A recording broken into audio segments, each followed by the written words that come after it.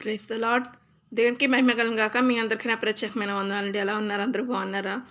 దేవుడు ఇంతకాలము తన రెక్కల చాటున మనల్ని కాపాడి భద్రపరిచినందుకే ముందుగా దేవునికి కృతజ్ఞతలు చెల్లించుకుందామండి.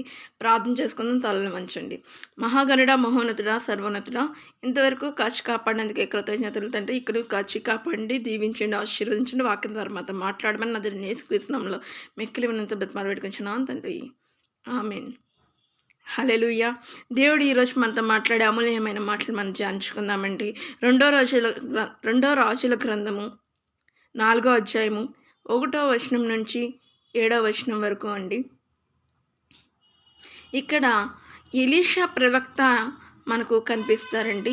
ఈ యొక్క అధ్యాయంలో ఎలీషా ప్రవక్త గారి దగ్గరికి ఆయన శిష్యుల్లో ఒక శిష్యుని యొక్క భార్య వచ్చి, నా భర్త చనిపోయాడు, నా బిడ్డలను అప్పులవారు తీసుకువెళ్తానంటున్నారు, నేను ఏం చేయాలి అంటే అని దైవజన్ దగ్గరకు వచ్చి మొరపెట్టుకుంటుంది తన యొక్క సమస్యని. ప్రియ ఆత్మీయ దేవుని బిడ్డలారా, మరి మనకు ఏదైనా సమస్య వస్తే ఏం చేస్తున్నామండి? అలాగా బాధపడుతూనే కూర్చుంటున్నామా?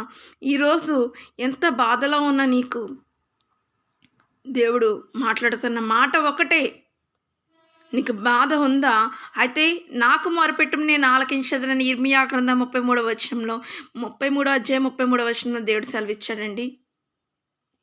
ప్రియ ఆత్మీయ దేవుని బిడ్డలారా, ఒక్కసారి నీ బాధ ఏది ఉన్నా మనుషులను నమ్ముకుంటే కంటే యెహోవాను ఆశ్రయించడం మేలు, రాజులను నమ్ముకుంటే కంటే యెహోవాను ఆశ్రయించడం మేలు అన్న దేవుని వాక్యం సెలవిస్తుందండి. మీరు ఎవరిని ఆశ్రయిస్తున్నారు? దేవుడిని ఆశ్రయిస్తున్నారా? మనుషులను ఆశ్రయిస్తున్నారా? ఈ సహోదరి దైవజనుడి దగ్గరికి దేవుడిని ఆశ్రయించి దైవజనుడి దగ్గరికి వచ్చింది. దైవజనుడు చెప్పిన అద్భుతమైన మాట, నీ దగ్గర ఏముంది? దేవుడు ఇదే అడుగుతున్నాడు, నీకు అప్పు ఉంది అంటున్నావు, మరి నీ దగ్గర ఏముంది అనేది కూడా చెప్పాలి కదా. అయితే నా దగ్గర చిన్న కుండలో నూనె ఉందని ఆ సహోదరి చెప్పినప్పుడు, అయితే నీ గదిలోనికి వెళ్ళి నీ ఇరుగు పొరుగు వారి దగ్గర నుండి సామాన్లు తీసుకుని అన్నీ లోపల పెట్టుకుని తలుపులు వేసుకొని ప్రార్థన చేసుకొని ఆ కుండలోని నూనెని అన్ని పాత్రల్లో కొంచెం కొంచెం వేయమని దైవజనుడు అయిన ఎలీషా గారు చెప్పినప్పుడు ఆ స్త్రీ అలాగే ఇంటికి వెళ్ళి ఇరుగు పొరుగు వారి దగ్గర నుంచి పాత్రలు తీసుకొని తలుపు గడియ పెట్టి తన ఇద్దరు బిడ్డల్ని ప్రార్థించుకుని ఆ నూనె కుండలో నూనె తీసుకొని అన్ని పాత్రలో కొద్ది కొద్దిగా వేసినప్పుడు పాత్ర నిండుతుంది, బిడ్డలు తీసి పక్కన పెడుతున్నారు, పాత్ర నిండుతుంది, బిడ్డలు తీసి పక్కన పెడుతున్నారు. అలాగా ఆమె తెచ్చిన పాత్రలన్నీ నిండిపోయినాయి అంటండి. ఎంతో గొప్ప కార్యము కదా. నమ్మిక ఉంచింది, దైవజనుని యొక్క మాట మీద నమ్మిక ఉంచింది. నమ్మిక మాత్రం ఉంచడం వలన ఏమైంది? అద్భుతం చూసిందండి. ప్రియ ఆత్మీయ దేవుని బిడ్డలారా, అలాగా నిండినప్పుడు ఆమె పాత్రలన్నీ నిండిన వెంటనే నూనె ఆగిపోయిందంటండి.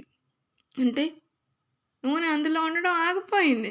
అప్పుడు తలుపులు తీసి మళ్ళీ తలుపులు గెళ్ళపెట్టి దైవజనుడు అయిన ఎలీషా గారి దగ్గరికి వెళ్ళి విషయమంతా చెప్పినప్పుడు దైవజనుడు ఆ స్త్రీతో, ఆ నూనెను అమ్మి మీ అప్పు తీర్చి మిగిలిన దాంతో మీరు బ్రతకండి అని దేవుడు వజనుడైన ఎలీషా గారు సెలవిచ్చారండి. ఆ స్త్రీ అటువలన చేసింది.